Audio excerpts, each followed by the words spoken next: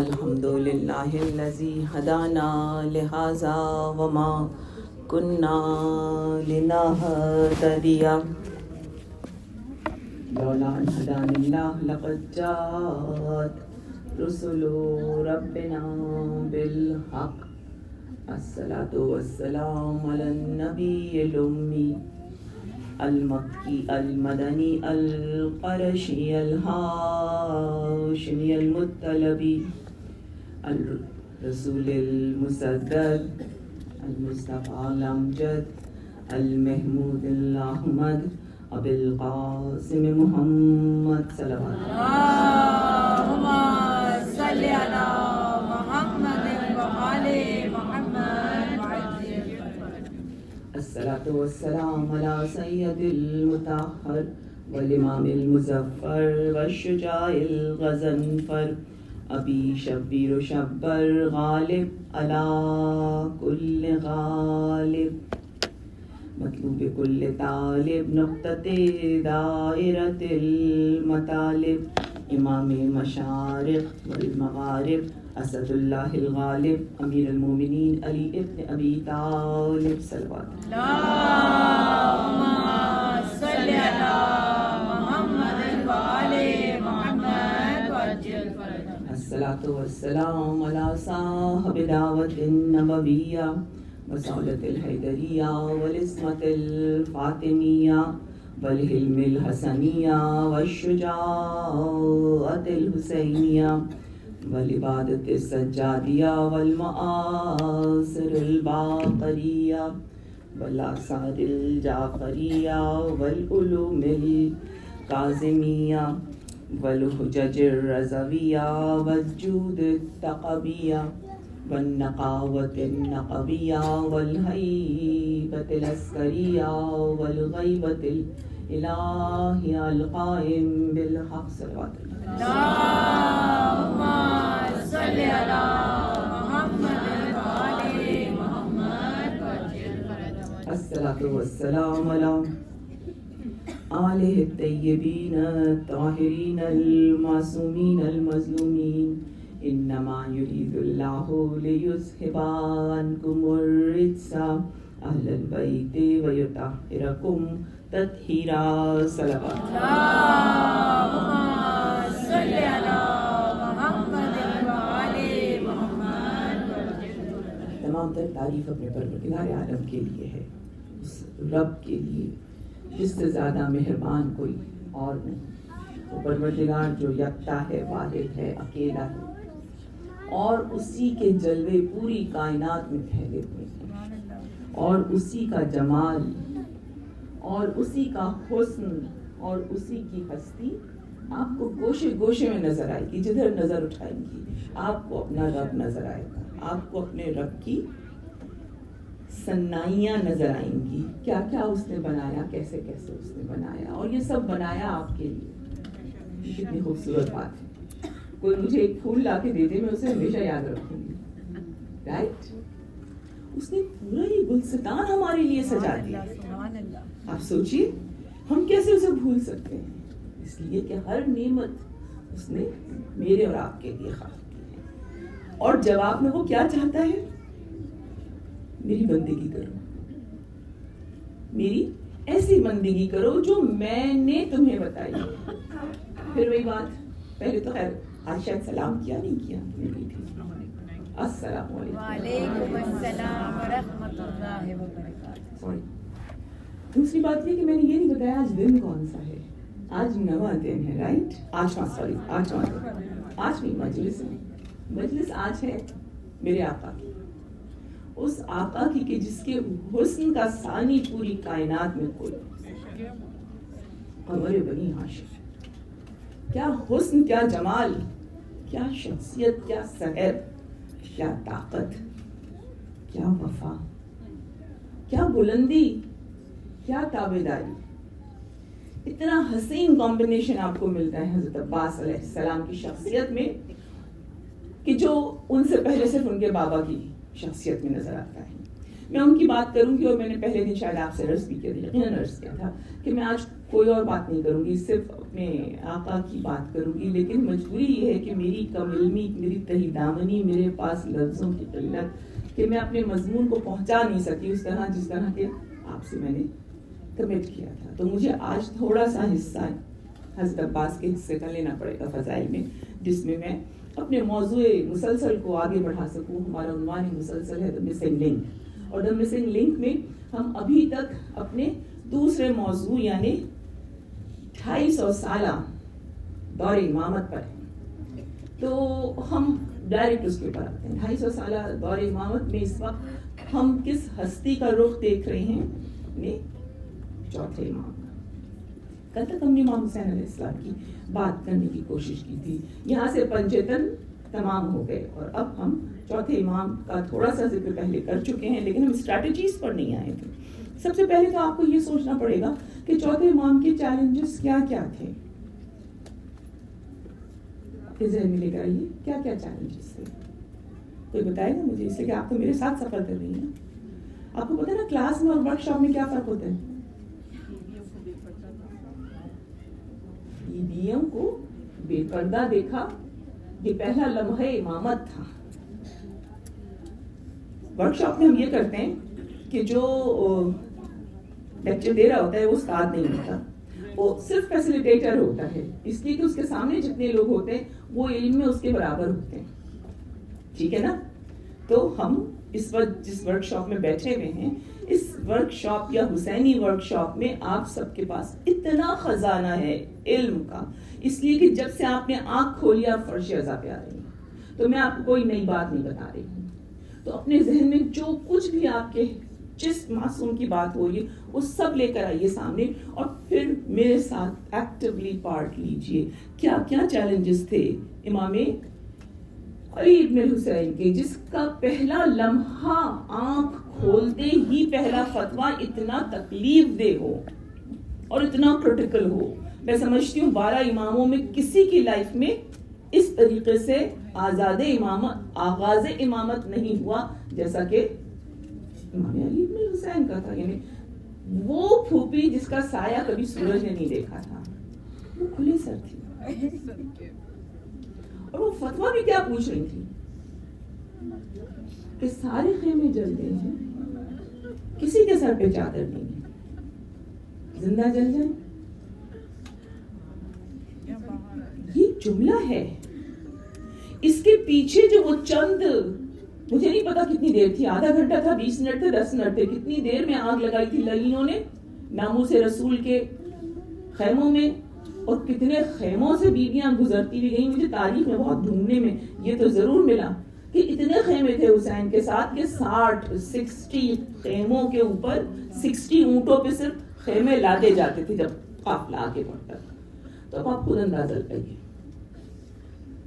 کہ وہ کتنے خیمے ہوں گے, جن میں سے ایک خیمے سے دوسرے خیمے میں بیویاں جاتی تھی دوڑتی ہوئی, جبکہ آگ لگی ہوئی تھی, دھواں اتنا تھا, گرد اتنی تھی, گھوڑے اتنے زیادہ اندر آ گئے تھے کہ بیویاں کو بچنے کا موقع نہیں مل رہا تھا. شامیہ غریباں کی منظر کشی آج تک کوئی رائٹر,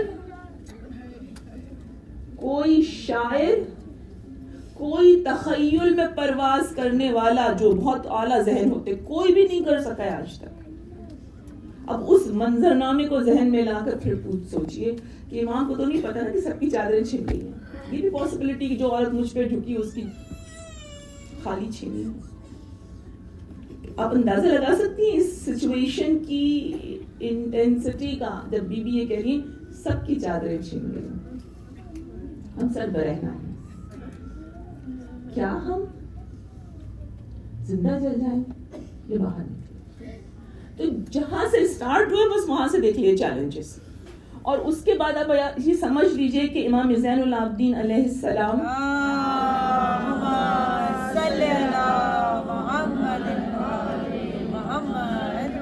عرصہ امامت 61 ہجری سے شروع ہوا ہے اور 95 تک رہا ہے, یعنی پورے 34 ایئرز.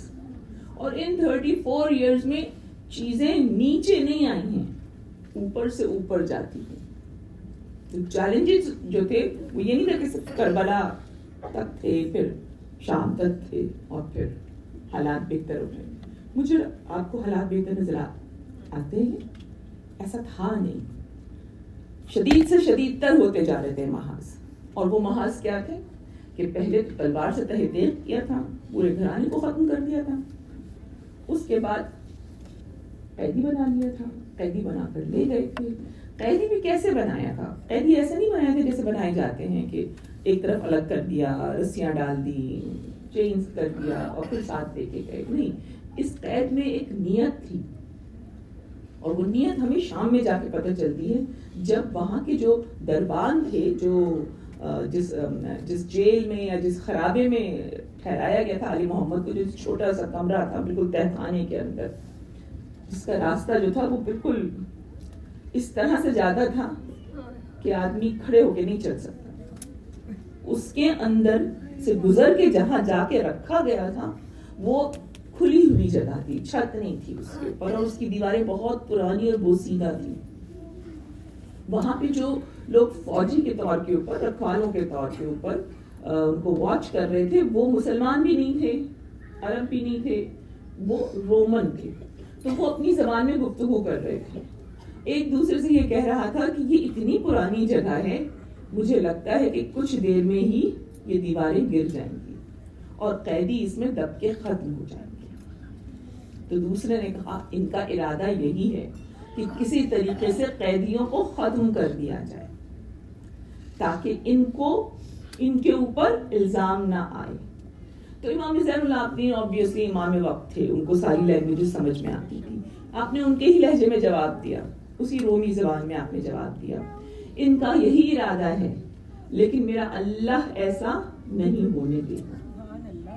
تو آپ سمجھیے پہلے دن سے ان پہ اتنی سختی رکھی گئی تھی، ان کے ساتھ اتنے ٹارچرز کیے جاتے تھے. میں یہاں بیان نہیں کر سکتی، میرے پاس بہت ہی محدود وقت ہے، لیکن آپ نے زیارات کی ہیں، آپ نے یہ سارے سفر کیے ہوئے ہیں، اور وہاں آپ نے روایتیں دیکھی ہیں، وہاں مختلف مقامات پہ آپ نے مختلف قبریں دیکھی ہیں.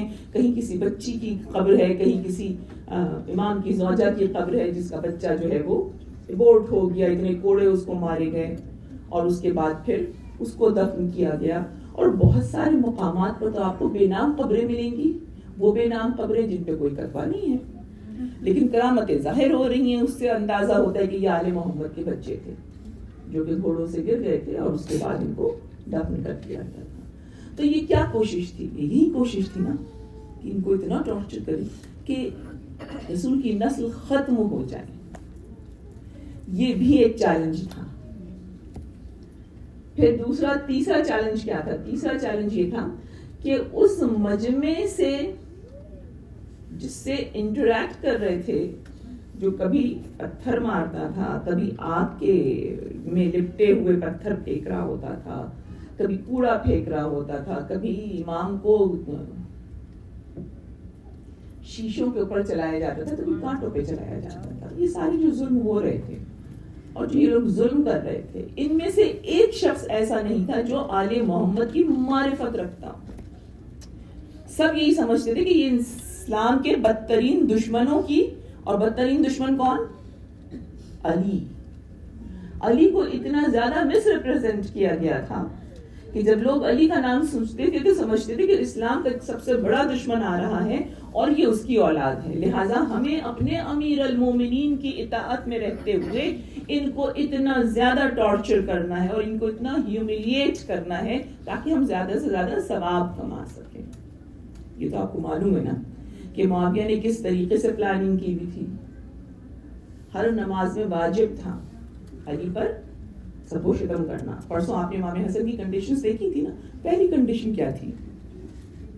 دوسری کنڈیشن تو یہ تھی کہ کسی دوسرے کو نامینیٹ نہیں کیا جائے گا. دوسری کنڈیشن یہ تھی کہ آل محمد کی موجودگی میں امام علی کے اوپر سب و شتم، یعنی کہ ان کو ابیوز نہیں کیا جائے گا. اتنا ابیوز کیا جاتا تھا کہ آل محمد بیٹھے ہوئے ہوتے تھے، ان کے سامنے ابیوز کیا جاتا تھا. تو پھر پیچھے کتنا کیا جاتا ہوگا، ٹھیک ہے نا. اور کتنا عرصہ گزر گیا تھا؟ 50 سال. معاویہ نے باقاعدہ اپنا ایک محکمہ بنایا ہوا تھا، ایک اس کی ڈپارٹمنٹ تھا اس کی گورنمنٹ کا، کہ جس گورنمنٹ میں اس نے ہوتا ہے نا کہ ہمارے پاس بھی ہمیشہ یہ ہوتا ہے کہ کسی کے یہاں بچہ پیدا ہوا تو اس کی رجسٹریشن ہوتی ہے, پھر کسی کے یہاں ڈیتھ ہوئی تو اس کی رجسٹریشن ہوتی ہے. تو یہ اس زمانے کا بھی طریقہ تھا. یہ تو حضرت یوسف سے ہمیں اس کے نشانات مل رہے ہوتے ہیں. تو معاویہ کا وہ جو ڈپارٹمنٹ تھا اس کا کام کیا تھا, جس کے گھر میں بھی بچہ پیدا ہوتا تھا وہ اس کا اس کا ایک اندازہ رکھتے تھے. جب بچہ 2-2.5 سال کا ہو جاتا یعنی اس کو تھوڑا سا عقل آ جاتی, اس کا ذوق بن جاتا, تو اتنے چھوٹے بچوں کو پیٹ بہت پسند ہوتے ہیں, رائٹ. تو رات کو ایک رات اس کے گھر میں معاویہ کے 2 سپاہی جاتے اور ایک بالکل چھوٹا سا میمنہ, یعنی کہ کیا کہتے ہیں, لیم کہتے ہیں, شیپ کہتے ہیں, وہ لے کر جاتے, بالکل چھوٹا سا بچہ, اور اس کے ساتھ ایک تھیلی اشرفیوں کی, اور یہ کہہ کے ماں باپ کو دیا جاتا کہ جب صبح بچہ اٹھے تو اس کو بتانا کہ یہ جو اس کا پیٹ ہے یہ معاویہ نے بھیجا ہے, اور یہ تمہاری رقم ہے کہ تم اس کے اوپر اپنی مطلب ایک طرح سے رشوت دی جاتی تھی, گفٹ دیا جاتا تھا. پھر اس کے بعد اس ڈیٹ کو مارک کر لیا جاتا تھا. پھر ایگزیکٹ 2 سال بعد, اب اس 2 سال میں بچہ کتنا اٹیچ ہو جاتا تھا اپنے پیٹ سے, رائٹ. رات کو 2 سپاہی جاتے تھے اور اس دمبے کو ذبح کر دیتے تھے, اور پھر ایک تھیلی چھوڑتے تھے اور کہتے تھے جب صبح بچہ روئے اسے یہ دکھانا کٹی ہوئی لاش, اور جب صبح بچہ روئے تو اس کو بتانا علی آیا تھا. آپ نے دیکھا نفرت کو کس طریقے سے ڈی این اے میں شامل کر دیا گیا تھا. تو اب 50 سال بعد کون کھڑا ہے, علی the second, and he is facing everyone. ابھی تک تو کوئی آیا ہی نہیں تھا نا. امام حسن آتے بھی تھے تو امام حسن تو سیدھے دربار میں جاتے تھے اور وہاں سے چلے جاتے تھے, شامیوں سے تو انٹریکشن نہیں ہوتا تھا. تو اب یہ 50 سال کی محنت جس کو بہت ہی جس کی جڑیں مضبوط کی گئی تھی 50 سالوں میں, وہ تناور درخت بن چکا تھا. تبھی تو آپ دیکھیے کتنا شدید بی بی زینب کو ریزسٹنس مل رہی تھی شام میں, اور یہ ریزسٹنس کتنی تکلیف دہ تھی. آپ کبھی سب جا کے ڈیٹیلز پڑھیے کہ جب یہ قافلہ شام میں پہنچا ہے تو کس طریقے سے استقبال کیا گیا ہے, کتنے لاکھ لوگ تھے اس چھوٹے سے شام میں. 3 دن تک کیوں باہر ٹھہرایا گیا تھا, اس لیے ٹھہرایا گیا تھا کہ لوگوں کو جو ڈیٹ دی گئی تھی کہ اس ڈیٹ کے اوپر باغی کا سر آئے گا, اس ڈیٹ سے 3 دن پہلے قافلہ پہنچ گیا تھا. And Yazid was not ready to welcome them. وہ چاہتا تھا میں اپنی پوری تیاری کے بعد پھر اہل بیت کو دیکھوں. تو وہ تیاری کیا تھی, 50 کو صرف سیڑھیاں تھیں, اور یہ تو میں سیڑھی کہہ رہی ہوں اس لیے کوئی اسٹیپس نہیں, لیکن ایک ایک اسٹیپ کو اگر آپ تاریخ میں جا کے دیکھیں تو ایک ایک اسٹیپ جو تھا وہ 50 فٹ لمبا تھا, چوڑا تھا, لمبا نہیں چوڑا تھا, اور ہر اسٹیپ کا کلر ڈفرنٹ تھا. بیچ میں سے اہل بیت کو گزرنا ہے, رائٹ سائڈ کے اوپر فوج کے دستے تھے, فوج کے دستے ایک سیم کلر میں, اگر وہ اورنج ہے تو وہ سارے اورنج ہیں, اور اگر وہ پنک ہے تو سارے پنک ہیں, اور اگر وہ بلو ہے تو سارے فوجی ایک جیسے رنگ کے لباس پہنے میں. رائٹ سائڈ پر, لیفٹ سائڈ پر پورے ڈھول تاشے پورا بینڈ ہے, اور وہ بھی اسی کلر سملر کلر میں ہے. آپ اہتمام دیکھ رہی ہیں. یہ میں آپ کو صرف ایک بات بتا رہی ہوں, میں آپ کو پورا گھنٹہ بتا سکتی ہوں, لیکن ظاہر ہے میرے پاس وقت تھوڑا ہے. آپ سوچیے صرف اس میں سے گزر کر جانا آسان تھا, جبکہ پورے ڈانسز ہو رہے ہیں, رقاصے ناچ رہے ہر اسٹیپ کے اوپر, اور پورے فل اس کے اندر گانا بجانا, ڈھول تاشا, اور ہر ایک کی obviously میوزک بھی ڈفرنٹ تھی, اور اہل بیت had to walk. یہی تو وجہ تھی کہ آخری اسٹیپ پہ جا کر بی بی ریفیوز ٹو گو فارورڈ. میں نہیں جاؤں گی, مجھے یہاں سے اٹھا نہیں سکتے ہو تو, اس لیے کہ میں تم سے بار بار چادر مانگ رہی ہوں, تم مجھے چادر نہیں دے رہے ہو, تو اب میں اندر نہیں جاؤں. اور یہ میرے خیال سے زین العابدین کی لائف کا سب سے ڈیفیکلٹ وقت تھا کہ جب آپ اپنی زنجیر سنبھالتے ہوئے آئے ہیں, اور آپ نے پھوپھی سے صرف ایک بار کہا ہے کہ پھوپھی بابا کے سر کو دیکھ لیجیے. آپ کو پوری روایت پتہ ہے, میں مسائل نہیں پڑھ رہی ہوں. کے بعد امام زین العابدین علیہ السلام نے جب پھوپھی نے دیکھ لیا کہ حسین کا سر رو رہا ہے اور حسین کا سر یہ کہہ رہا ہے کہ زینب چلی جاؤ، تو امام زین العابدین نے آسمان کی طرف دیکھ کر ایک جملہ کہا، یہ بہت سخت جملہ ہے. امام نے آسمان کی طرف آنکھ بھری تھی. کون ہے 22 برس کا جوان، کہتے کاش میری ماں نے مجھے پیدا نہ کیا کہ میں آج کا دن دیکھتا.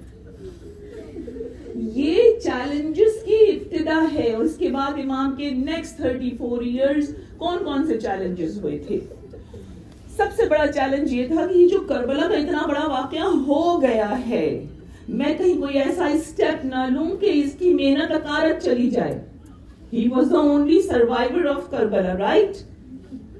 So he had to take it up in a way کہ جو محنت ہے وہ جسٹیفائی ہو سکے. حسین کا یہ بیٹا جانتا تھا کہ یہ ایسا اسٹیپ لیا گیا ہے جو کہ زمانہ ساز ہے، یعنی یہ پورے کورس آف ہیومن ایج کو، ہیومن ایرا کو چینج کرنے کا وقت ہے. یہ ایک پیوٹل پوائنٹ ہے جو باطل سے حق ٹکرا رہا ہے آدم سے لے کر آج تک. اگر میں نے اپنا فرض نہیں نبھایا صحیح طریقے سے تو یہ ساری محنت نلیفائی ہو جائے گی. رائٹ؟ چھوٹی ذمہ داری نہیں تھی، بہت بڑی ذمہ داری. آپ سوچیں کتنا بوجھ تھا زین العابدین پر. اور اس کو ہسٹری ہمیں کیا بتاتی ہے؟ ہسٹری ہمیں یہ بتاتی کہ جس چیز کو حسین اوائڈ کر رہے تھے وہی چیز ہیپنڈ. حسین نے مکہ چھوڑا، حسین نے مدینہ چھوڑا، یزید نے مدینے پہ حملہ کیا. واقعہ ہرا آپ کو معلوم ہے نا، مجھے تفصیل تو بتانے کی ضرورت نہیں ہے. لیکن واقعہ ہرا کیا تھا؟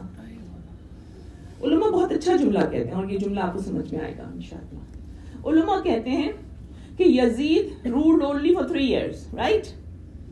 3 سال میں جو اسلام کے 3 مین پلرز تھے، ان 3 مین پلرز کو یزید نے جڑ سے اکھاڑ دیا.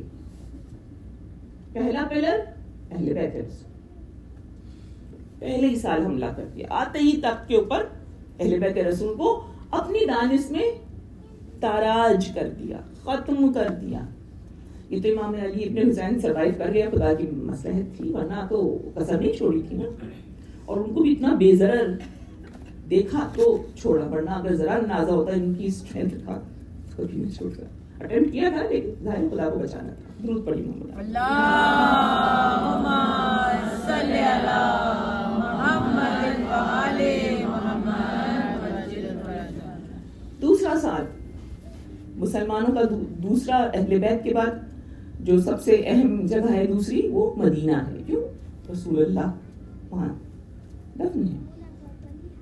اس نے مدینے کی وہ توہین کی کہ اس کے بعد آج تک وہ توہین نہ ہوئی. مسجد رسول میں گھوڑے باندھے گئے، 7 دن تک وہاں کوئی نماز نہیں ہوئی ہے، اس لیے کہ وہاں گھوڑے وہ کر رہے تھے جو کہ گھوڑے کرتے ہیں. اب میں کس طرح اپنے منہ سے کہوں کیا کر رہے تھے. ہر طرح کی غلاظت وہاں پر قبر نبی کے اوپر ہو رہی تھی. کوئی نماز نہیں ہوئی. اور جب فوج بھیج رہا تھا تو چونکہ اب اس کے سامنے کوئی تھا نہیں اپوننٹ، تو کیا کہہ کے بھیجا تھا؟ مسلم بن عقبہ جو اس کا وہ تھا آرمی کا چیف، اس کو اس نے کہا تھا 3 دن تم پر مدینہ حلال ہے. اس کا مطلب کیا تھا؟ کسی کی پراپرٹی، کسی کی جان اور کسی کی عزت نہیں محفوظ ہے. اگلے سال 1000 illegitimate births ہوئی ہیں مدینہ میں. یہ کون تھی؟ صحابیات تھی یا صحابیوں کی بیٹیاں تھی یا ان کی ممیں تھی؟ رائٹ. کس نے حلال کی؟ ابو سفیان کے پوتے نے. کس نے؟ معاویہ کے بیٹے نے. رائٹ. تو یہ کب سے وفادار ہو گئے اسلام کے؟ حسین could foresee it, that is why he left مدینہ. اور مکے کا تو آپ کو اسٹیٹمنٹ پتا ہے نا، حسین جب نکل رہے تھے تو کیا کہا تھا؟ حسین نے کہا تھا میں اس بات کو زیادہ پسند کرتا ہوں کہ میں حرم کی حدود سے ایک بالشت باہر قتل کیا جاؤں، نہ کہ میں حرم کے اندر ایک بالشت اندر قتل کیا جاؤں. تو حسین wanted to save مکہ، مکہ، حرمت حرم الہی. لیکن پھر یہ جو مسلم بن عقبہ تھا، جب اس نے بالکل مدینے کو ختم کر دیا واقع ہرا، تو اس کے بعد ہی موو ٹو کعبہ. کیوں؟ اس لیے کہ کعبہ میں زبیر کا بیٹا عبداللہ ابن زبیر جو تھا بغاوت کر چکا تھا. یہ عبداللہ ابن زبیر کون تھا؟ اسی زبیر کا بیٹا تھا جو کہ رسول اللہ کے فرسٹ کزن تھے. صفین میں رسول امام علی کے سامنے آئے تھے، اس میں پھر وہ مارے بھی گئے تھے. اور اس کے بعد یہ ام المومنین حضرت عائشہ رضی اللہ تعالی عنہ کے سگے بھانجے، اور پوری جمل میں یہ ان کے رائٹ ہینڈ تھے، ان کے اسپوکس پرسن تھے. جب ان سے بات بی بی عائشہ سے بات کرنی ہوتی تھی تو وہ پھر عبداللہ کو بتایا جاتا تھا، عبداللہ اندر جا کے بات کرتے. تو کہاں سے ٹریننگ تھی ان کی؟ جب تک امام حسین مکہ میں رہے یہ خاموش رہے. جیسے ہی امام حسین نکلے انہوں نے اپنی خلافت کا اعلان کر دیا تھا.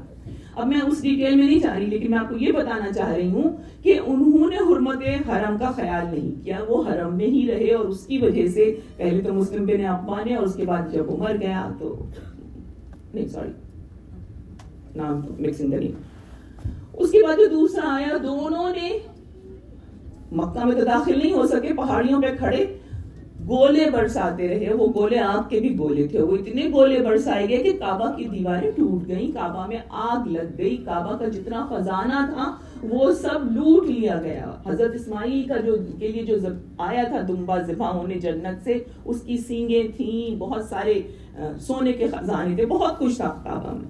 انبیاء کی تصویریں تھیں جو ان کی وہ بنائے گئے تھے اسکلپچرز، وہ سب منہدم ہو گئے. پھر جب اللہ تعالیٰ نے اس کو عذاب دے کے موت دے دی تو یزید کی یہ جنگ ختم ہوئی ہے. تو آپ نے دیکھا یہ جو اتنا بڑا دعوے دار تھا، اس کا مقابلہ کون کر رہا تھا؟ علی بن حسین، رائٹ. جب یہ مدینہ میں آیا ہے حملہ کرنے کے لیے تو وہاں پہ کون تھا؟ امام علی بن حسین تھے. اور علی بن حسین اتنی قلت میں آ چکے، کوئی بچہ ہی نہیں تھا. This is next year of Karbala, right? 62nd ہجرہ ہے نا، 61st ہجرہ میں کربلا ہوا ہے، 62nd ہجرہ میں واقع ہجرہ ہوا ہے، 63rd ہجرہ میں کعبہ پہ حملہ ہوا ہے، 64 کی بگننگ میں 14 ربیع الاول کو وہ جہنم حاصل ہو گیا. 3 سال میں اس نے کیا حشر کر دیا، اگر زندہ رہ جاتا تو پتہ نہیں اور کیا ہوتا. لیکن ہم بات کر رہے ہیں اپنے آقا کی، اپنے سرکار کی، اس ینگ امام کی کہ جس نے ان تمام تر کٹھنائیوں سے اپنے آپ کو اتنا سیفلی لے کے نکلا ہے کہ خود کو سیف کیا، نسل نبوت کو سیف کیا، امامت کو سیف کیا، بلکہ منصب امامت کو بھی سر انجام دیتے رہے. ایسا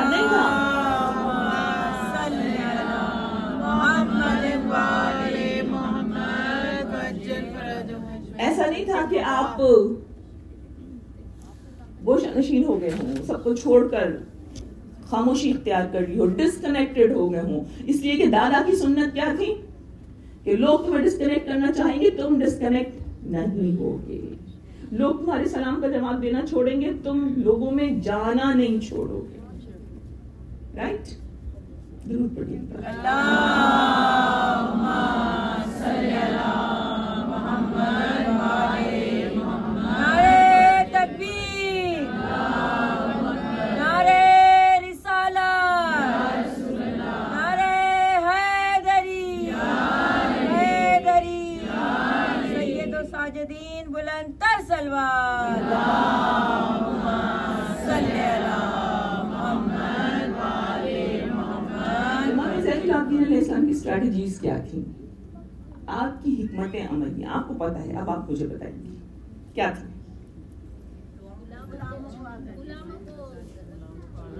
غلاموں کو ٹرین کرتے تھے، پہلے تو خریدتے تھے، پھر ان کو کلمہ پڑھواتے تھے، پھر ان کو ٹرین کرتے تھے، پھر ان کو ٹریننگ کرنے کے بعد اپنے ساتھ رکھتے تھے. آزاد کیسے کرتے تھے؟ اتنی خوبصورت طریقے سے آزاد کرتے تھے. میں آپ کو کیا بتاؤں, جب جمعۃ الوداع آتا تھا نا, سب غلاموں اور کنیزوں کو صحن میں اکٹھا کرتے تھے اور اس کے بعد اپنا رجسٹر کھولتے تھے اور ایک ایک غلام کو قریب بلاتے تھے اور اس سے پوچھتے تھے تم نے فلاں دن فلاں وقت یہ غلطی کی تھی؟ جی آپا کی تھی. امام اس وقت نہیں سزا دیتے تھے, بس لکھ لیتے تھے, سب کی سنتے جاتے تھے, سب سے اقرار لیتے جاتے تھے خاموشی سے, پھر واپس بھیجتے جاتے تھے. پھر جب پورا اکاؤنٹیبلٹی ہو جاتی تھی تو اس کے بعد اس رجسٹر کو ہاتھوں میں اٹھا کے کہتے تھے بار الہ, یہ میرے غلام ہیں, انہوں نے جو کچھ کیا میرے پاس لکھا ہے, جو میں نے کیا وہ تیرے پاس لکھا ہے, میں تیرے نام پہ ان سب کو آزاد کرتا ہوں, آج تو مجھ کو بھی جہنم سے آزاد کر.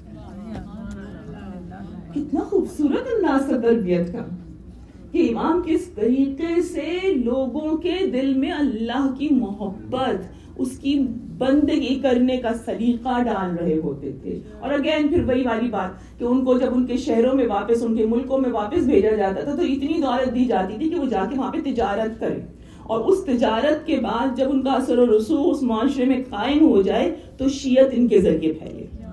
امام علی ابن حسین کا ایک بہت بڑا چیلنج یہ تھا کہ چونکہ امامت کو ہی ختم کرنے کی کوشش کی گئی تھی اور بنی امیہ اس کے بعد بہت اسٹرانگ ہو گئے تھے. یزید کے بعد جو مروان آیا ہے تو اس کے اولادیں تو اس سے بھی زیادہ, وہ اتنی سخت تھی کہ میں آپ کو عبد الملک بن مروان کا واقعہ بتا دوں. قرآن پڑھنا تھا, اتنے میں غلام نے آ کے بتایا کہ تیرا باپ مر گیا ہے. مروان کون تھا؟ کس کا کزن تھا؟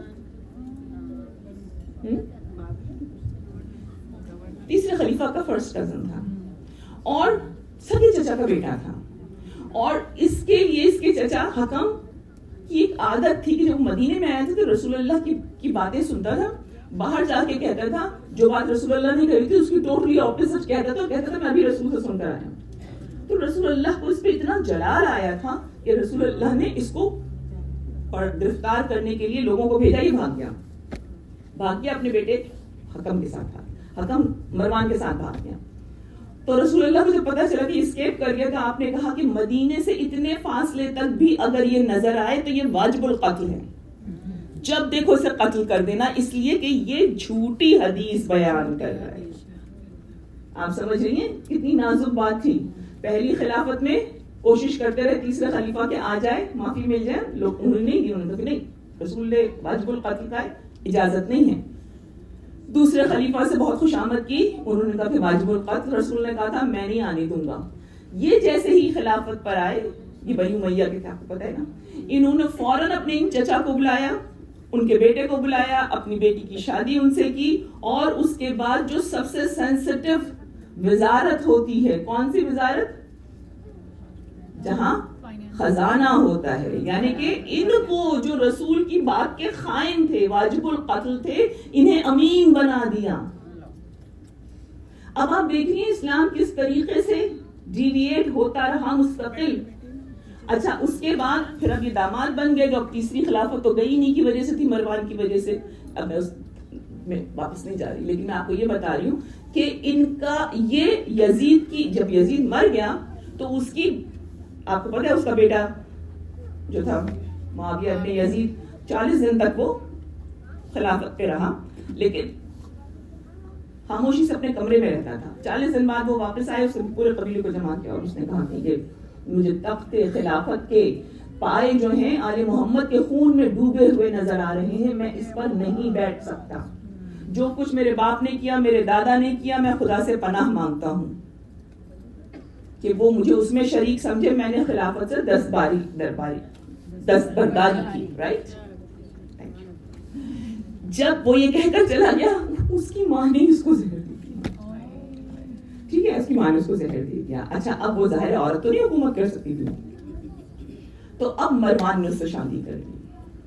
تو وہ جو خلافت جس کے لیے اتنے پاپڑ بیلے گئے تھے وہ ہاتھ سے نکل گئی. وہ خاندان مروان میں تھے, وہ بھی اس میں چلی گئی. اب جب خاندان مروان میں چلی گئی تو یزید کی جو بیوہ تھی وہ دیکھتی تھی کہ مروان تو سب کچھ اپنے لیے کر رہا ہے اور ان کو کچھ بھی نہیں مل رہا, تو آخر میں اس نے منہ پہ تکیہ رکھ کے ان کو بھی ختم کرا دیا. اس کے بعد پھر یہ خلیفہ بنے عبد الملک. تو جب عبد الملک کو اطلاع ملی تمہارے باپ کو مار دیا گیا, تو یہ قرآن پڑھ رہا تھا. اس نے قرآن اٹھایا, دیوار پہ ڈالا. پہلے دیوار پہ حمایل کر دیا جاتا تھا, اور اس کے بعد اپنی تیر کمان نکالی اور جتنے تیر تھے وہ سب قرآن پہ مار دیا, اور کہتا ہے آج تک تو تجھے پڑھ رہا تھا, اب تیری ضرورت نہیں ہے. یہ ہے وہ خلافت جسے ہمارے لیے کتاب خدا کافی ہے کہہ کے قائم کیا گیا تھا. حسبنا اللہ, حسبنا اللہ, درود پڑھی.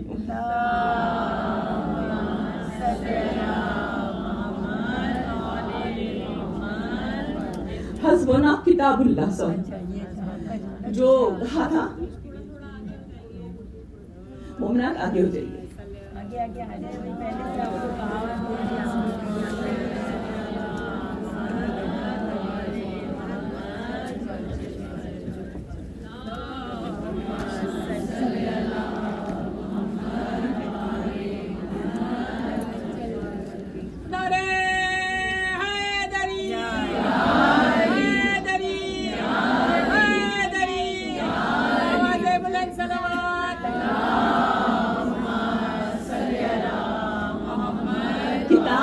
اللہ کی بھی ہے اور بغیر ہادی کے ہے, ہدایت نہیں دے.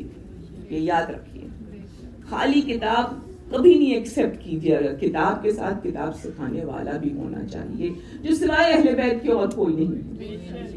یہ رسول نے آپ کو پہلے دن بتا دیا تھا, یہ آپ کو اپنی زندگی میں پکڑ کر رکھنا ہے. ان کے خلاف امام علی ابن الحسین تھے. امام علی ابن الحسین کی آپ بہت زیادہ بات کرتی ہیں کس سلسلے میں کہ صحیفہ سجادیہ. صحیفہ سجادیہ کے لیے میں 2 جملے عرض کر دوں, آپ کی علم میں ہوں گے یقیناً, میں دہرائی دیتی ہوں کہ امام علی ابن الحسین کی یہ وہ دعائیں نہیں ہیں جو آپ مسجد میں بیٹھ کے پڑھا کرتے تھے. تقریباً 53 دعائیں ہیں اس کے اندر, رائٹ. تو ہمیں یہ لگتا ہے کہ it must be a collection of the supplication of 4 imam as we have collection of امام علی. امام علی کی جو دعائیں مناجات وہ مختلف اوکیشنز پہ پڑھا کرتے تھے, ان کو اکٹھا کر کے صحیفہ علویہ بنا دیا گیا نا.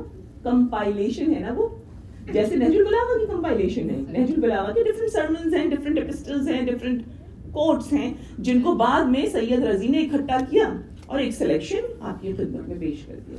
لیکن unlike these books, سجادیہ کی ایک الگ ہی بات ہے. میں نے آپ سے کہا کہ امام کی اسٹریٹجیز, تو امام علی ابن الحسین نے وہ دعائیں جو وہ عموماً کیا کرتے تھے جن کو کوئی نہیں سنا کرتا تھا, یہ وہ دعائیں نہیں ہیں, بلکہ امام علی ابن الحسین نے اپنے 2 بیٹوں کو بلایا. اور وہ 2 بیٹے کون تھے؟ ایک تو امام محمد باقر علیہ السلام, فیوچر امام,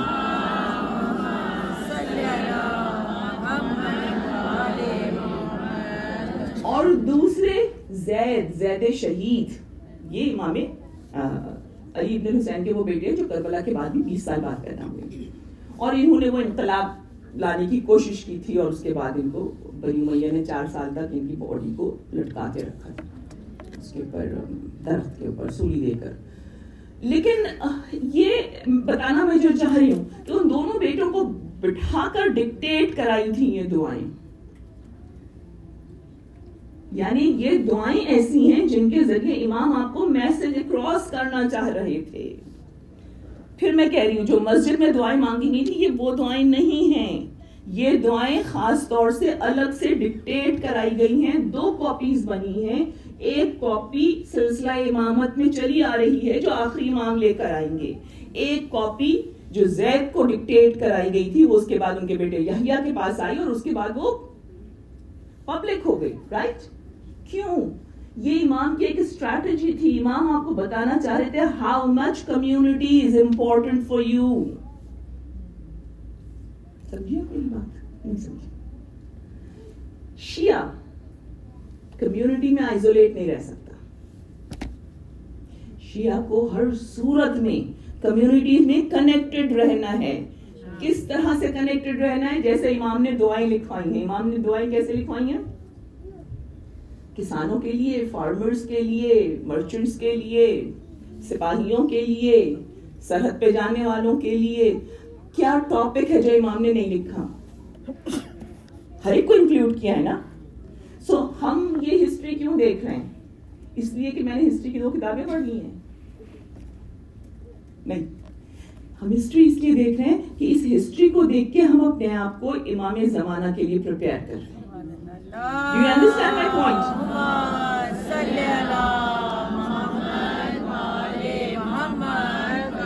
ہسٹری سے کنیکٹڈ رہنا ہے, کمیونٹی سے کنیکٹڈ رہنا ہے, کمیونٹی میں تھرائیو کرنا ہے آپ کو, لیکن اپنی آئیڈینٹی برقرار رکھتے ہوئے. ہم کیا کر رہے ہیں؟ موسٹ آف اس ہم اپنی آئیڈینٹی کو چھوڑ دیتے ہیں, اس لیے ہم اس میں شرمندہ بہت رہتے ہیں اور ہمیں لگتا ہے کہ ہم بہت بیکورڈ ہیں. لہٰذا ہم اپنی چیزوں کو چھوڑ کر اور پھر ہم نئے لباس کو پہن کر جب جا رہے ہیں تو پھر آہستہ آہستہ اگلی نسلیں بالکل دین چھوڑ چکی ہوں گی. یاد رکھیے, آپ کے دین کی بگننگ ہجرت سے ہے. تو ہجرت تو ہم کرتے رہے, نسل در نسل در نسل ہجرت کرتے رہے ہیں اور کرتے رہیں گے, لیکن ہماری یہ ہجرت اپنی آئیڈینٹی کو لے کر ہوگی, آئیڈینٹی کے ساتھ ہوگی. اس کلچر کو ساتھ لے کے جانا ہے اور اس کلچر کو اکارڈنگ ٹو شریعت امپلیمنٹ کرنا ہے, اکارڈنگ ٹو دی ایرا نہیں کرنا ہے. Do you get my point? کیسے لے کے جائیں گی آپ اپنی آئیڈینٹی کو اسی نارمز کے اوپر جو نارمز آپ کو اہل بیت نے دی تھی؟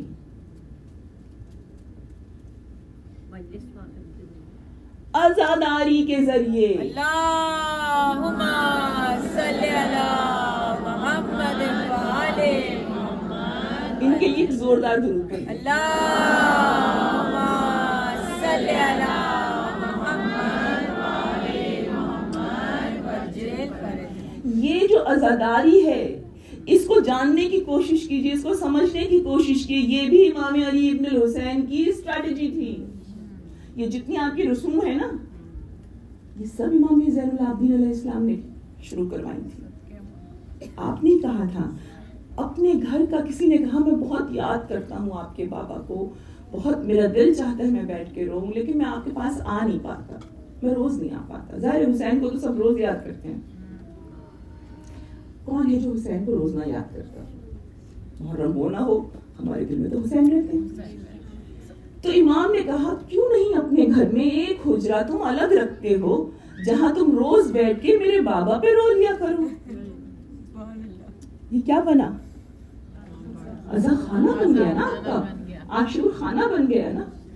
نہیں ہے آپ کے پاس بڑا گھر, 2 کمروں کا گھر ہے, کوئی بات نہیں, کوئی کلوزٹ, کوئی دراز, کوئی چھوٹی سی جگہ حسین کے نام پہ کر دیجیے اور وہاں جا کے روز حسین کو سلام کیا کیجیے. آپ دیکھیے کہ اس کی خوشبو, اس کی حیات, اس کی ایگزسٹنس آپ کو الگ نظر آئے گی. یہ آپ کے امام زین العابدین علیہ السلام کی ابتدا تھی کہ تم اپنے ساتھ عزاداری کو ہر جگہ لے کے جاؤ گے, جہاں بھی جاؤ تم عزاداری کو نہیں چھوڑ سکتے. اسی طریقے سے یہ تبرک کی رسم کیسے نکلی تھی؟ امام کے گھر پہ ظاہر عورتیں آتی تھیں, بیوی کے پاس بیٹھتی تھی, گریا کرتی تھی, اور جب بیوی واقعات بتاتی تھی تو کسی کا بھی دل نہیں چاہتا تھا کہ اٹھ کے جائے, سنتی رہتی تھی. لیکن جب گھر پہنچتی تھی تو ان کو پتہ چلتا تھا کہ ارے ہم نے اتنے گھنٹے دیے اور گھر کا کھانا نہیں پکا. ہمارے گھر میں جو لوگ آتے تھے تو ان کو تو پھر کھانا چاہیے ہوتا تھا. تو امام نے ایک دن حکم دیا, امام نے کہا کہ جب کوئی میرے بابا پر رونے آئے تو جاتے ہوئے اس کے ہاتھ میں میرے بابا کے نام پہ تبرک رکھا کرو, تاکہ وہ جو وقت کھانا پکانے میں صرف کرے وہی وقت وہ میرے بابا کے اوپر رونے میں صرف کرے, اور جب وہ جائے تو اس کے ہاتھ میں کھانا ہو. یہ تبرک آپ کا وہاں سے شروع ہوا ہے. یہ شادی میں مجلس کی رسم کہاں سے نکلی تھی, جسے آج کل ایک بڑی کنفیوژن بنا دیا ہے. سب سے بڑا مسئلہ تو یہ ہو گیا جو شادی کی مجلسیں اب بہت تیزی سے ہونے لگی ہیں کہ کپڑے کیسے پہنے, ہے نا کنفیوژن کہ مجلس میں جائیں گے تو کیسے بھاری کپڑے پہنے, کالے کپڑے پہنے. اچھا کالے کپڑے پہنتے ہیں اس پہ سیکوینس کا کام کروا لیتے ہیں, رائٹ. تو یہ رسم بھی ڈونٹ گیٹ کنفیوز, سیدھی سی بات ہے. یہ آپ مجلس کیوں کر رہی ہیں؟ امام آئیں. اب امام جب آئیں گے تو آپ کیا ذکر کر رہی ہیں؟ قصیدے پڑھ رہی ہیں؟ نہیں، آپ وہاں پڑھیں، آپ واقعی کربلا کا ذکر کریں. تو اب آپ ایسے بیٹھیں گی اور ایسے کپڑے پہنیں گی اور ایسا گھر کا اپنا انوائرمنٹ رکھیں گی کہ جب امام آئیں، جب شہزادی آئیں اپنے بیٹے کا پرسہ لینے کے لیے تو وہ رنجیدہ ہو کر نہ جائیں. اب now you know what to do. ٹھیک ہے نا عزیزوں؟ یہ کوئی اتنی بڑی راکٹ سائنس نہیں ہے. جو ضروری چیز یہ ہے کہ یہ شروع کیسے ہوا تھا. امام نے آبویسلی اپنے اوپر ہر طرح کی خوشی حرام کر لی تھی. اچھا یہاں پر میں ایک اور اسٹریٹجی بتا دوں امام کی. ابھی تک آپ کو جتنے امام کے ساتھی نظر آ رہے ہیں، کبھی ابو حفصہ صومالی نظر آ رہے ہیں، کبھی اور نظر آ رہے ہیں، یہ سب وہ تھے جو امام کے ڈائی ہارڈ فالوورز تھے، جنہوں نے ان کنڈیشن میں بھی امام کا ساتھ نہیں چھوڑا تھا، تو امام ان کے ساتھ کنیکٹڈ ہیں. لیکن یہاں پر آپ کو ایک اور چیز نظر آئے گی کہ جو امام کے ساتھ ہی نہیں تھے، جو فطری طور پر یا فقہی طور پر امام کے ساتھ الائن نہیں کرتے تھے، امام ان سے بھی کنیکٹڈ رہتے تھے. اور امام ان سے کیسے کنیکٹڈ رہتے تھے کہ اس وقت کا جو چیف جسٹس تھا، جب وہ چیف جسٹس نہیں بنا تھا لیکن ظاہر ہے وہ آبویسلی ایک جج تھا، بہت ہی عالم فاضل تھا، اور وہ ایک بڑی سینسٹیو پوسٹ کے اوپر گورنمنٹ میں کام کر رہا تھا. اور وہ ایک دفعہ تحقیق کرتے کرتے اس نے کسی کے ساتھ تفتیش کر رہا تھا، اس پہ سختی کی، وہ شخص مر گیا. اب جب وہ شخص مر گیا فطرتاً تو یہ عادل تھا. اب دیکھیے اس کا نام میرے دماغ سے نکل رہا ہے، کسی کو یاد ہے تو مجھے بتائیں. ابھی تک ہے آ جائے گا. تو اس نے جب یہ دیکھا کہ اس کے ہاتھ سے قتل ہو گیا، غیر گورنمنٹ کا آدمی تھا تو گورنمنٹ نے تو اس کو کچھ کہنا ہی نہیں تھا، لیکن اس کو اتنا احساس ہوا کہ یہ دنیا چھوڑ کر جنگل میں جا کے بس روتا رہتا تھا اور مطلب اپنے آپ کو بلیم کرتا رہتا تھا. امام نے کافی عرصے تک اس کو نہیں دیکھا، تو امام نے پوچھنا شروع کیا. لوگوں نے کہا کہ وہ تو جنگل میں چلا گیا اور وہ تو اس بات. امام ڈھونڈتے ڈھونڈتے جنگل گئے. کمیونٹی کا آدمی نہیں ہے، گورنمنٹ کا آدمی، لیکن امام کیسے کام کر رہے ہیں اس کے اوپر. اس کو ڈھونڈتے ڈھونڈتے گئے اور اس کے بعد اس سے پوچھا کہ تمہارے ساتھ کیا ہوا. اس نے سارا بتایا. اچھا اب امام نے اس کو کوئی غلط مشورہ نہیں دیا، یہ نہیں کہا کہ نہیں تم سے غلطی نہیں ہو، کچھ بھی نہیں. امام نے صرف یہ کہا غلطی انسان سے ہوتی ہے، در توبہ کھلا ہے. اگر تم نے جان بوجھ کے اس کو نہیں مارا ہے تو تم اس کی دیت دو، جو بھی دیت ہے وہ دو، گھرانے کو راضی کرو اور اس کے بعد اللہ سے استغفار کرو. لیکن تم اتنا علم حاصل کرنے کے بعد چھوڑ کے نہیں جا سکتے ہو. تو امام اس کو واپس لے کر آئے. وہ آخری دم تک شیعہ نہیں ہوا تھا لیکن حق پرست تھا. اب وہ شیعہ مصلحتاً نہیں ہوا، وہ جو بھی ہوا ہمیں اس سے غرض نہیں ہے، لیکن پھر اس نے امام کی سروس کیسے کرنا شروع کی. امام کو بہت زیادہ چاہتا تھا، بہت رسپیکٹ دیتا تھا. اور اس کے بعد اس نے کہ بیٹے کی شادی تھی، وہ امام کی خدمت میں آیا، کہنے لگا کہ میرے بیٹے کی شادی ہے، آپ تشریف لائیے. امام نے کہا تو جانتا ہے 19 جوانوں کی لاشیں دیکھنے کے بعد اب میرا کسی کی شادی میں جانے کو دل نہیں چاہتا. امام نے کہا، اس نے کہا کہ مولا کچھ بتائیے مجھے، آپ کیسے میرے گھر آئیں گے؟ آپ نے کہا میں صرف اپنے بابا کی مجلس میں جاتا ہوں. اس نے کہا میں مجلس کروں گا. آپ مجلس میں آئیے. مجلس ہوئی، وہ انتظار کرتا ہے. اس نے الگ سے مسند بچھائی ہوئی تھی کہ امام آئیں گے تو یہاں بیٹھیں گے. انتظار کرتا رہا. امام وقت کے پابند آبویسلی ہوتے ہیں. امام نہیں آئے، مجلس ہوئی، مجلس ختم ہو گئی. وہ بڑا اداس ہوا کہ مولا نے وعدہ کیا مولا آئیں گے. دروازے پہ گیا، دروازے پہ جا کر لوگوں کو خدا حافظ کہنا چاہتا تھا. جیسے ہی دروازے پہ گیا اس نے دیکھا مولا باہر کھڑے ہیں اور جہاں چپلیاں اتاری جاتی ہیں نا وہاں پہ کھڑے دعا کر رہے ہیں، رو رہے ہیں. تو اس نے مولا کے سامنے جا کے ہاتھ جوڑے. اس نے کہا مولا آپ یہاں کھڑے ہوئے ہیں، آپ دیر ہو گئی، میں نے تو آپ کے لیے اندر مسند لگائی ہوئی تھی. امام نے کہا نہیں میں وقت پر آ گیا تھا اور میں اندر بھی آنا چاہ رہا تھا، لیکن 2 باتوں نے مجھے روک لیا. ایک تو یہ کہ مجھے اندر اپنی جد اور اپنی جدہ نظر آئی مجلس میں. میری مجال نہیں ہوئی کہ میں اپنی جدہ کے سامنے اپنے جد کی موجودگی میں اندر جا کر بیٹھوں. وہ میرے بابا پہ گریا کر رہے تھے. اور دوسری بات یہ ہے کہ آج پہلی بار میں نے پبلک میں اپنے بابا کی مجلس ہوتے دیکھی. میں اپنے بابا کی مجلس کے لیے اس قدر ترسا ہوا ہوں کہ میں بس یہیں پر ٹھہر گیا. کہاں؟ جہاں نالین اترتے ہوئے. امام نے کہا میں نے یہاں کھڑا ہوا, میں دعا کر رہا ہوں لوگوں کے لیے جو شرکت کر رہے ہیں, اور میں یہ اللہ سے کہہ رہا ہوں کہ جو میرے بابا پہ رونے کے لیے اتنی دور چل کے آیا ہے تو اس کے کل گناہوں کو معاف کر دے. یہ امام کی کیا ٹیکنیک تھی؟ لوگوں کو ذکر حسین کی طرف راغب کرنے کے لیے. آپ نے دیکھا امام کتنی کوائٹلی کام کر رہے تھے. اس کے بعد پھر امام کی تیسری چوتھی ٹیکنیک ہم دیکھ لیتے ہیں, پھر ہم آگے بڑھتے ہیں. امام کی چوتھی ٹیکنیک کیا تھی؟ امام کی فیملی تو ختم ہو چکی تھی, آبویسلی صرف بیوائیں رہ گئی تھی یا یتیم بچے رہ گئے تھے. تو اب امام کو دوسرا کام کیا کرنا تھا؟ امام نے ان خواتین کو جو بیوہ تھیں, بے سہارا تھیں, ان کے ساتھ اپنے بھتیجوں کو, بھانجوں کو, پوتوں کو, نواسوں کو, جیسے جیسے لڑکے گرو کرتے تھے آل محمد کے, وہ ان کو ان کا محرم بنا کر اور پھر لٹے ہوئے قافلے کے ساتھ کبھی افریقہ بھیج دیتے تھے, کبھی سندھ بھیج دیتے تھے, کبھی ایجپٹ کی طرف. جہاں جہاں ان کو لگتا تھا بنی امیہ نہیں ریچ کر سکیں گے, وہاں وہاں وہ ان قافلوں کو بھیجتے تھے. اور ان خواتین نے جا کے دین اسلام کو اصل شکل میں پہنچایا ہے. یہ جو آج آپ کے پاس انڈیا پاکستان کے پاس دین محمدی ہے, یہ کیسے ہے؟ حضرت مسلم کی بیوہ امام علی کی چھوٹی صاحبزادی, ان کو بھیجا گیا تھا, رقیہ کو, اور یہ آئی ہیں, کس کے ساتھ آئی ہیں؟ یہ کیا نام ہے ان کا؟ عبداللہ شاہ غازی. Thank you.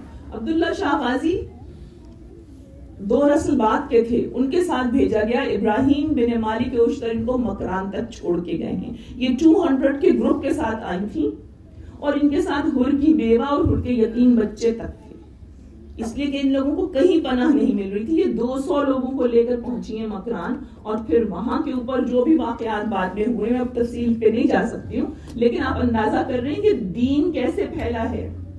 امام زین العابدین علیہ السلام نے باوجود اپنے آئزولیشن میں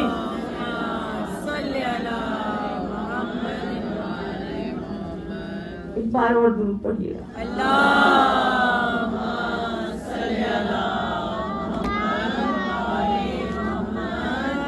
عزیزانی محترم, یہ دین کو سنبھالنا, دین کو آگے پہنچانا, اور پھر دین کو کیسے پہنچانا, یہ جنگ جو تھی مسلسل اسلام محمدی اور اسلام اموی کی جنگ تھی. یہ علی کے زمانے سے یہی جنگ چلی آ رہی تھی. ایک خلافت اسلام کو آگے لا رہی تھی, ایک اہل بیت لے کر آ رہے تھے. پوری کوشش کیا تھی؟ کسی طریقے سے اہل بیت کو ختم کر دیا جائے. آپ تو صرف ایک کربلا کا واقعہ سنتی ہیں, روتی ہیں, آپ کو اندازہ نہیں کہ اس کے بعد کی کربلا کتنی لمبی تھی, کتنی چیلنجنگ تھی, اور یہ گھر گھر گھر گھر ہو رہی تھی. آل محمد کے بچے اس طرح سے کاٹے جاتے تھے کہ مائیں کئی کئی سال اپنے بچوں کو گھرزنی نہیں کرنے دیتے تھے. ایک شہزادہ 3 سال پہلے اسے اندازہ ہوا کہ مجھے مار دیا جائے گا. بازار میں آپ کو پتہ زندہ بچے کو لے جا کے پلر بنا دیتے تھے اس کے اوپر. یہ پورا بغداد ایسے ہی بنا ہوا ہے نا. اتنے بچوں کو روز کلیکٹ کیا جاتا تھا, جوانوں کو روز کلیکٹ کیا جاتا تھا کہ ان سے مٹی گوندھ جائے تاکہ اس سے اینٹ بن جائے. 3 سال تک ماں نے بچے کو گھر سے نہیں نکلنے دیا. 3 سال بعد اس بچے نے کہا, بڑی ضد کر کے, کہ آج تھوڑی دیر مجھے باہر جانے دیں. وہ 3 سال بعد نکلا, بازار میں گیا, پھر کبھی واپس نہیں آیا. میں آپ کیسے کیسے واقعات بتاؤں, لیکن یہ جو کربلا تھی یہ اتنی پھیل چکی تھی کہ امام موسی کاظم علیہ السلام کے زمانے میں امام had to supplicate,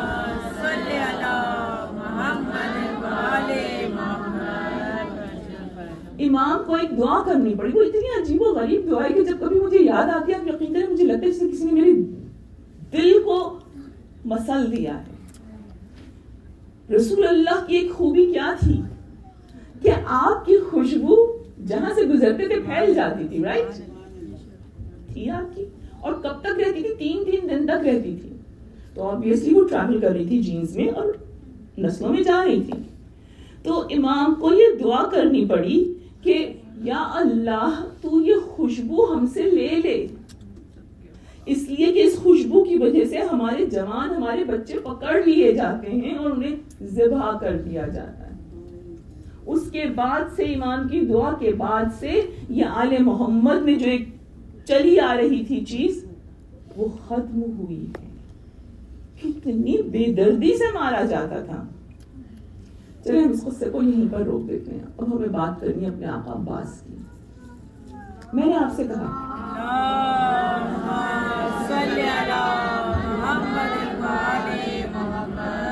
اور میں آپ سے بس اس ٹرانزیشن کے اوپر ایک ہی بات کہوں گی کہ یہ جو عزاداری ہے اور اس میں جو چیزیں اماموں کی طرف سے آ رہی ہیں، دیکھیں یاد رکھیں آج کل کے دور میں کیا کیا جا رہا ہے. آج کل کے دور میں عزاداری کو ہی عزاداری کے خلاف استعمال کیا جا رہا ہے. اس میں ایسی ایسی چیزیں شامل کی جا رہی ہیں، ایسی ایسی رسوم بنائی جا رہی ہیں کہ جو پہلے نہیں تھی، یعنی کہ بدعتیں ایجاد ہو رہی ہیں. تو جو کچھ بھی آپ عزاداری میں کریں، آپ پہلے جا کے ڈھونڈیں کہ یہ ہمیں کہاں سے ملتی ہے اور کس امام نے اس کو اسٹیبلش کیا. عزاداری ایک دن میں تو نہیں آئی ہے. اب جیسے ہمیں تبرک کا پرپس پتہ چل گیا ہے، رائٹ؟ یا ہمیں فرش عزا بچھانے کا طریقہ آ گیا کہ ٹھیک ہے ہمیں سال بھر ایک جگہ روز اپنے امام کو یاد کرنا ہے، سلام کرنا ہے، جیسے بھی ہماری سچویشن ہے. تو آپ کو پتا چل گیا کہ اس کی بیک پہ کس امام، تو ہر امام نے کوئی نہ کوئی چیز ایڈ کی اور اس کو پھر ہم اسی طرح سے لیتے ہیں. تو جب آپ کے درمیان میں عزا کے دن آئے تو یو میک شیور کہ آپ اس چیز کی پہلے سے جانکاری رکھیں، اس کو جانیں، اس کے بارے میں آگاہ ہوں. کتابیں سب موجود ہیں، نہیں تو جائیے علماء سے پوچھ لیجئے. اور اس کے بعد پھر جب اپنی نئی نسل کو اس میں انوالو کریں تو بتائیں کہ اس لیے ہم یہ کام کرتے ہیں. یہ کیا ہے؟ یہ ماحول سازی ہے، جس کو آپ انگریزی میں کہتی ہیں prepared environment. You prepare environment. ابھی آپ یہاں پہ لال چیزیں لگا کے نہیں بیٹھ سکتی. ابھی آپ یہاں پر بلیک کلر کے علاوہ کوئی بھڑکتا ہوا رنگ نہیں پہن کر آئیں گی، رائٹ؟ کیوں؟ اس لیے کہ یہ جو انوائرمنٹ ہے جس میں عزاداری ہونی ہے، یہ عزاداری جو ہے اس کے لیے ایک مخصوص طریقہ کار ہے. اسی طریقے سے ہر رسم کے پیچھے ایک مصلحت ہوتی ہے. آج سب اپنے بچوں کو یا تو صدقہ بنا چکی ہوں گی یا شام میں جا کے بنائیں گی. کیوں بناتی ہیں صدقہ؟ آپ اس لیے بناتی ہیں صدقہ کہ آپ صدقہ بناتے وقت ایک دعا کرتی ہیں. اور وہ دعا کیا ہوتی ہے؟ جس میں آپ مولا عباس کو تھام لیتی ہیں اور کہتی ہیں مولا عباس، جیسے آپ نے اپنے وقت کے امام کے مزاج کو سمجھا تھا اور اطاعت کی تھی، ویسے ہی مجھے اور میری اولادوں کو معرفت دیں کہ جب ہمارے وقت کا امام آئے تو ہم اس کو ویسے سرو کریں جیسے وہ ہم سے چاہے. یہ نیت ہونی چاہیے آپ کی. اور آپ کو یہ بتانا پڑے گا اپنے بچوں کو آج کی شام، اپنے جوانوں کو، کہ دیکھو عباس کا منصب بہت بلند تھا. عباس کا منصب تو اتنا بلند تھا کہ علمدار لشکر تھے. عباس کی شہامت، عباس کی شجاعت، عباس کا حسن، عباس کی ذمہ داریاں، عباس پہ اہل حرم کا بھروسہ، عباس پہ شہزادیوں کو دیکھ دیکھ کے جینا، عباس سے جوانوں کا کنیکشن، عباس پہ حسین کا بھروسہ. سب بتائیے گا کتنا بھروسہ کرتے تھے حسین عباس پر، کیسے بات کرتے تھے. میں نے بتایا تھا نا شب عاشور جب پہلا تیر آ کے لگا مولا کے قدموں کے پاس عمر بن سعد کا، اور مولا عباس دوڑتے ہوئے آئے اپنا گھوڑا دوڑاتے ہوئے، کہا بھائی آقا حملہ ہو گیا. تو امام نے سٹارٹ کیسے لیا تھا؟ میرے ماں باپ تم پہ فدا ہوں عباس، میری ماں باپ، ایک تو آدمی کہتے ہیں میری جان تم پہ نچھاور ہو جائے، میرے ماں باپ تم پر فدا ہوں عباس بھائی خبر لے کر آؤ. کتنا پیانک کا وہ وقت ہوگا نا آپ سوچیے. اور اس میں حسین کا اطمینان کس لیے تھا؟ اس لیے کہ عباس موجود تھے. لیکن عباس ان تمام تر شہامتوں کے باوجود اتنی قداور پرسنالٹی اور مشیر تھے حسین کے, دربان تھے حسین کے, یعنی باب حسین تھے. عباس کی مرضی کے بغیر کوئی حسین تک جا نہیں سکتا تھا, نہ تب جا سکتا تھا نہ آج جا سکتا ہے. آج بھی آپ جا کے اجازت لیتی ہیں, پھر جاتی ہیں مولا کے روزے پر. یہ عباس کا سٹیٹس تھا. اور مولا کیا کہہ رہے؟ عباس پانی کی سبیل کرو, پانی کا بندوبست کرو. پانی کا بندوبست کرنے کے لیے کیا کرنا پڑتا؟ سبقہ بننا پڑتا نا. کہاں منصب اعلیٰ ترین, کہاں کام بالکل بالکل جو بالکل نیچے کا کام تھا, ماشکی پانی بھرنے والا سبقہ. عباس نے ایک بار نہیں کہا مولا سبقہ بننے جاؤں گا تو خالی پانی لاؤں گا. میں 32 برس سے اس آگ میں جل رہا ہوں کہ آج کا دن آئے تو میں اپنے جوہر دکھاؤں. مولا میں جاتا ہوں لڑنے, اور لڑتے لڑتے پانی بھی بھر لاؤں گا. دیٹس مائی پرومس کہہ سکتے تھے نا عباس. لیکن آپ کو اگر اطاعت امام سیکھنی ہے تو بس عباس کے قدموں کی خاک اٹھا کے اپنے سر پہ رکھیے, اور آج کی رات عباس کا علم تھام کے کہیے گا مولا جب میرے وقت کا امام آئے مجھے بھی یہی اطاعت کا ہنر عطا کر دیجیے گا. مولا میرے آنسو قبول ہو جائیں گے اگر میں نے اپنے وقت کے امام کی اطاعت ویسے کر لی جیسا وہ چاہتے ہیں. ملک وفا کے حضرت عباس شاہ ہیں, حسن وفا پہ مشق و علم دو گواہ ہیں. جانتی ہیں عباس کی جب ایک ایک ہتھیار حسین نے اتروا دیا تھا. کہاں صبح سے 2 تلواریں تھی, کئی نیزے تھے, تیر تھا, ترکش تھا بھرا ہوا, نہ جانے کون کون سے ہتھیار ظاہر میرے لشکر تھے. اور جنگ کے شوق میں ولولہ تھا. کتنا لوہا لادا ہوا ہوگا, معذرت کتنا لوہا پہنا ہوا گا. لیکن اب ایک ایک کر کے اتارتے جا رہے ہیں اس لیے کہ حسین نے کہہ دیا سبقہ بننا ہے. اب عباس سبقہ بن کر جا رہے ہیں, سب کچھ اتار کر. میرا یہ پیاس شیر جب روانہ ہوا ہے فقط 4 چیزیں تھی ساتھ میں, ایک نیزہ, ایک